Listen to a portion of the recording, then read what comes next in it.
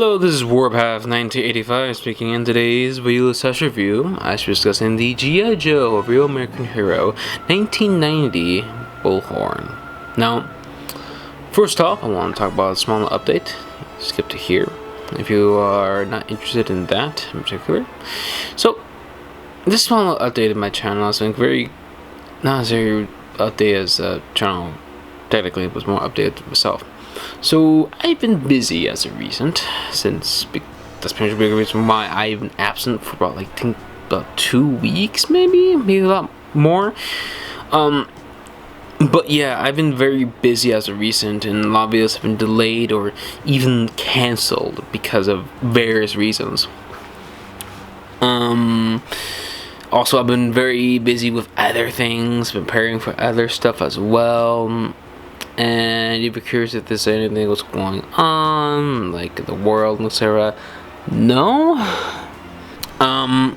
Besides this, there are also other things that have been pretty much on my mind, or more or less have been very prevalent as of recent. That being, just priorities have been just the thing for me. I've been prioritizing lots of different things. A lot of other things have been going wrong, or have been very pretty much bad technically.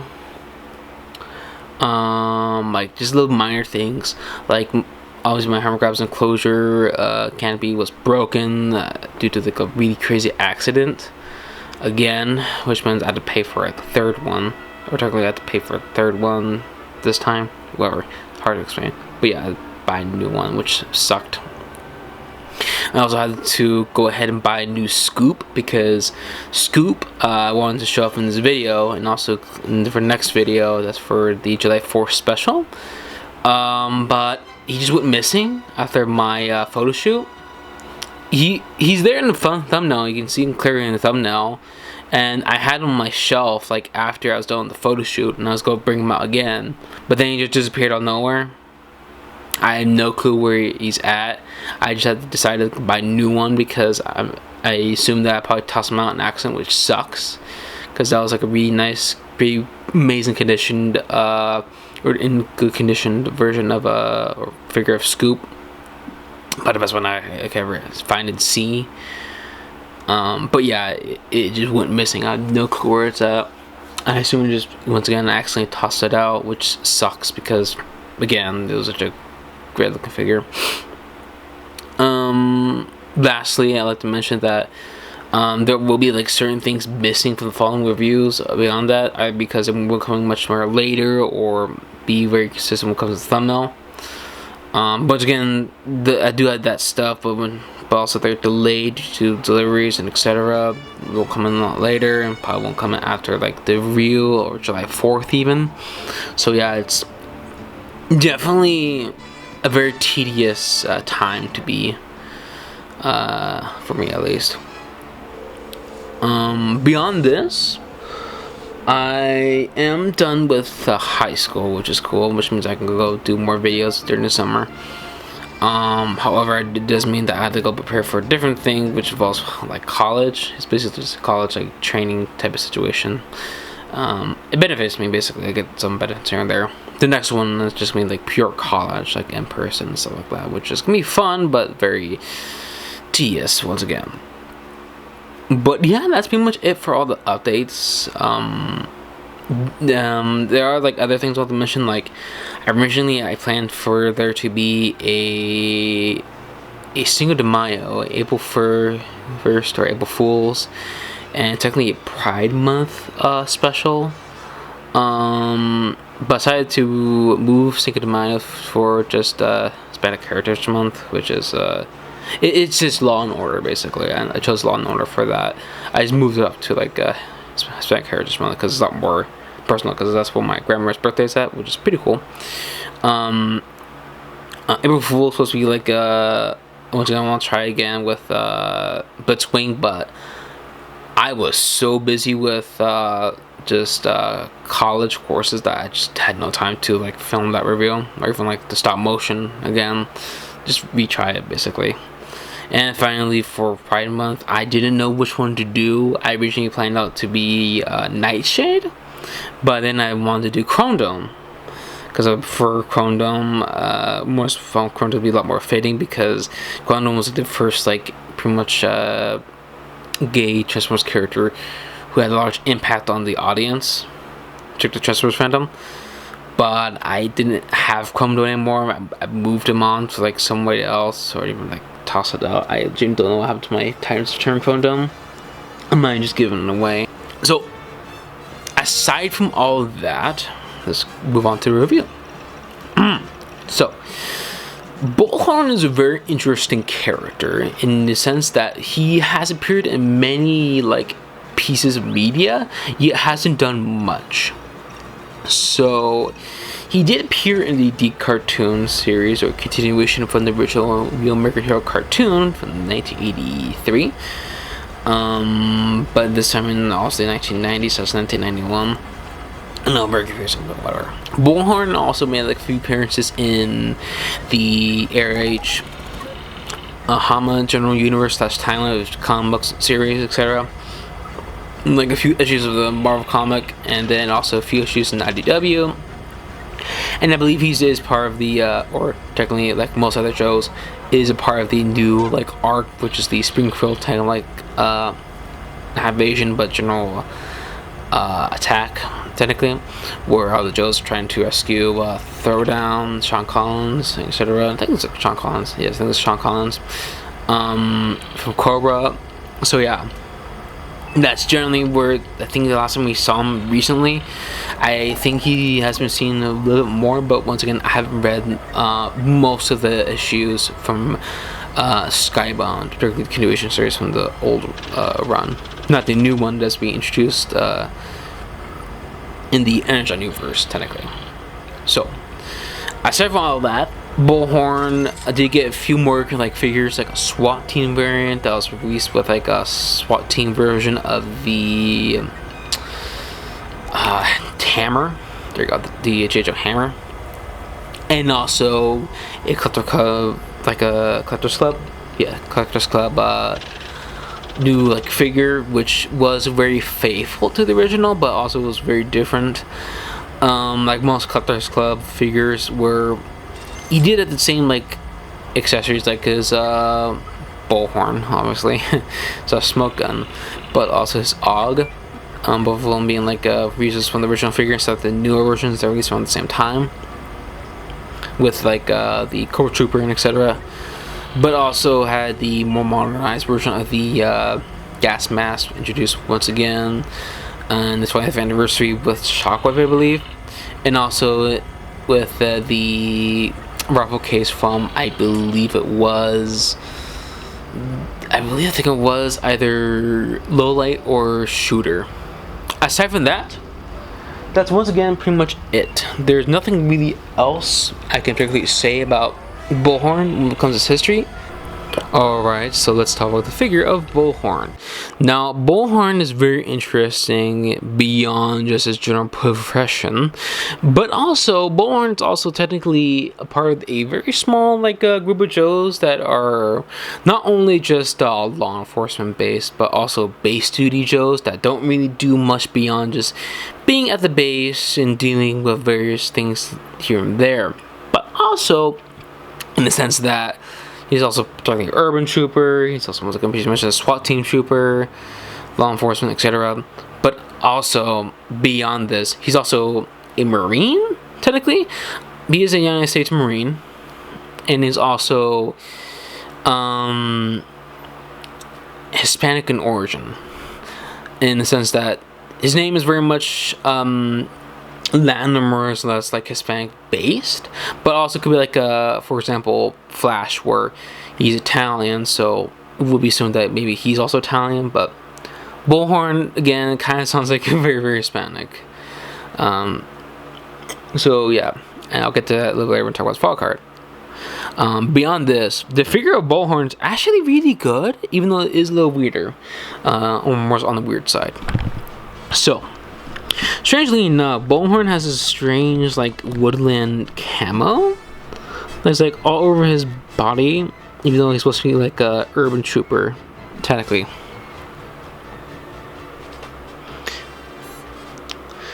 But yeah, it's very unique that he's getting like this weird woodland camo. But beyond this, his articulation is very much the same as most other Joes released post 1985. Ball joined O-ring, hinged shoulders, hinged elbows, hinged knees. It's very much just your standard Joe articulation, but also his accessories are very, very interesting. We do have a new version of the AUG, which I believe was released earlier in the line with somebody else, but I wouldn't be shocked if this is the first appearance of it, because Bullhorn was released after the Running Man. Yes, it was the Running Man, where most of the bad guys in the movie used a AUG, and also some of the rebels also used the AUG too. So yeah, this is definitely based off the AUG used in the movie.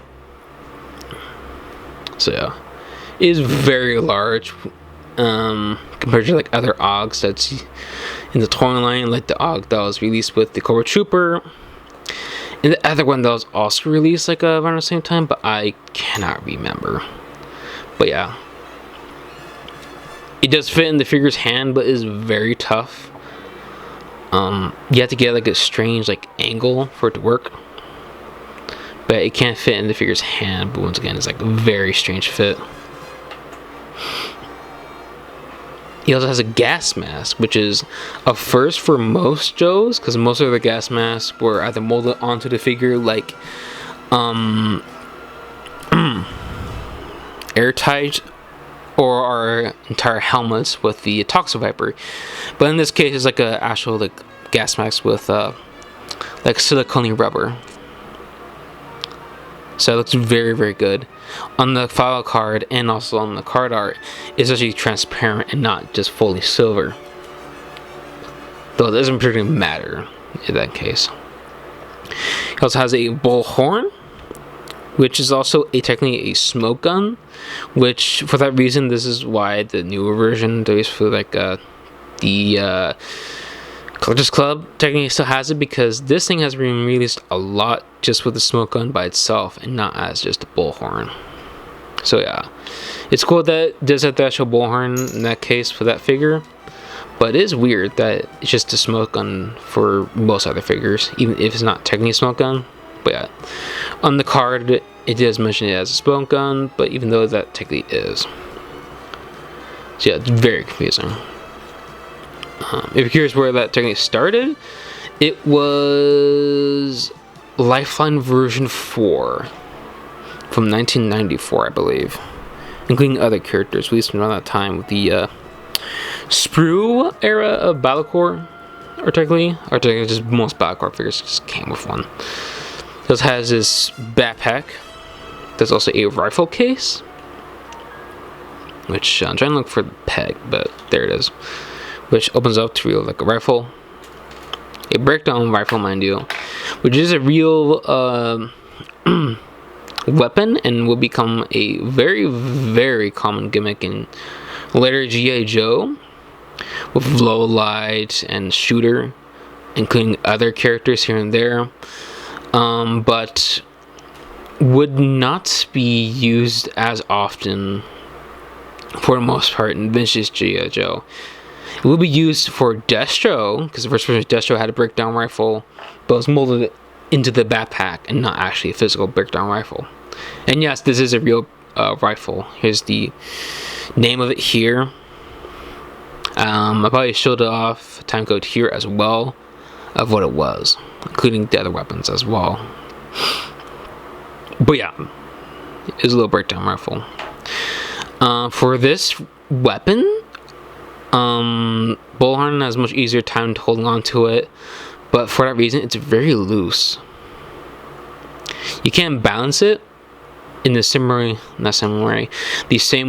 as the SKS that was included with the Night Viper. You can't like fake it.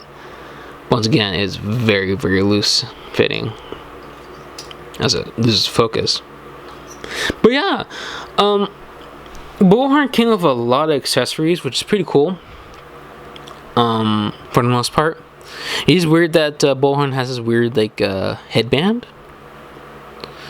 but it could be just like stylization or keep his hair away from the gas mask, because that is a thing, you know, for the most part.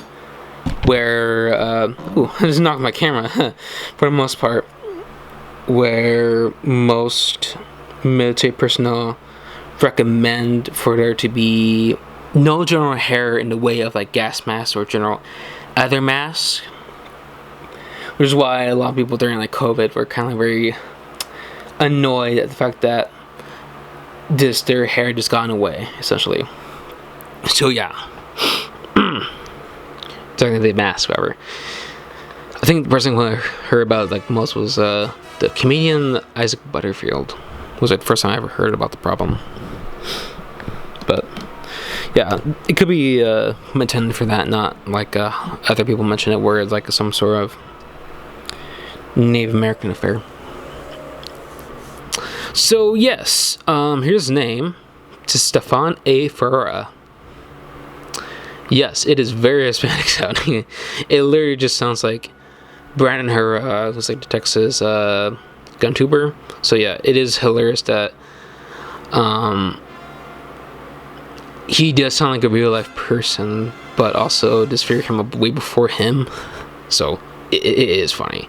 So yes, technically Bullhorn is Hispanic in origin, similar to like Law and Order and also Zap. So yeah, here's his file card, which is very, very much all about his profession rather than his character, technically, for the most part, because we do have like some character here and there, but it's also more his profession, which does make sense, mind you. You'll get like a bit of the file card in the back here, which is pretty cool. But yeah, this is file card and stuff like that. The file card pretty much just card art, and his file card too. Sorry. But beyond this, for comparison's sake, I should be comparing him with the various other SWAT teams as military police Joes, because again, Bullhorn's part of that first responder G.I. Joe group, which are just base duty Joes. So we have like the Pit Commando / Zartan, a figure from Rise of Cobra, which is supposed to be Pit Commando / military police officer, or technically the movieverse military police officer, because the actual military police officer from like the cartoon universe or the ARAH series is actually green. So yeah, you have that version of the military police officer. You also have the 25th anniversary Mutton Junkyard, the Renegades Law and Order, which is beloved by many. On 20th anniversary of Shockwave, Shock Blast, which I do really like, but it's a shame it has no backpack though. And yeah, he does fit in very well with all the other like law enforcement, military police characters, SWAT team also. You also can throw in like Spirit and Freedom, because technically, although they're not really technically military police officers, they are technically guardians of the general entrance to the pit, version 2, mind you, in the Marvel comic universe. And also for other comparisons between other characters or just other base duty Joes, we also have more just first responder Joes like Doc and Barbecue, which technically Barbecue is like a weird mix of both a standard just army / military firefighter, but also technically a ground crew officer, commanding officer. It's confusing, I know, but technically it does apply for both. Even though it's not freely mentioned, it is heavily implied through his uniform and etc. And also Doc, who is mainly base duty primarily, but is seen in the field for the most part, because he is a combat medic and also technically a military / army just doctor. But again, that's kind of very just a stretch technically. Plus, have other characters like Colonel Courage, who's technically base duty primarily, but he can be used in combat scenarios like his being the driver of the Patriot. And also Mainframe or Data Frame 25th anniversary version, who's well, also once again a primarily base duty Joe, because he technically replaces Spark/Breaker, who was also the team's communication status computer specialist before him. So yeah, technically both of them are base duty, but not really, because they're used in combat scenarios, especially Breaker for the most part. And yeah, that's pretty much it for the review. The only thing I had to mention that is kind of like cool, but also kind of a little disappointing, which is, yes, I did get this figure for really cheap. It was like $11 or $15. I can't remember. It's like really cheap, which is an awesome deal, but not for much others, because you don't know, Bullhorn is actually really popular. Because he just is a really cool looking Joe from like the late 80s / early 90s. But for that reason, also because he appeared in a cartoon, like most other cartoon Joes, to get a lot more love, he is hard to get 100% complete. He's also really hard to get 100% complete without having airspace and broken parts, etc. You also have problems where like maybe the thumbs are broken or even the cross is broken, because you don't know, Bullhorn was made during the time where they for some reason made like the crosspiece very thin, so you have to worry about that, where the crosspiece is broken off, which is very common with those G.I. Joes, because I have a 1990 Track Viper, who for my first actually 1989 I think the Track Viper came out with his too, whatever. That figure had to get like a spare replacement of its cross piece because it broke off, or more, it's just broken off, and already that second cross piece is already starting to stress, and that's because I was like sitting down, so I had no clue how to stress already without me even touching it, because it's been like his thing for like ever since I replaced it. So yeah, just be wary that that thing might explode violently. So yeah, for that reason, Bullhorn is very, very hard to find, like complete, because for the most part you can find it complete or even partially complete for like $25 to $30, and if you have the file card with it, it might go for $40. So yeah, very, very annoying. But yeah, otherwise I recommend Bullhorn. Beyond that, slight complaint / just problem that happens with most vintage G.I. Joe characters around this time. But yeah, that's all for this review. Like, comment, subscribe, and hopefully I shall see you next time.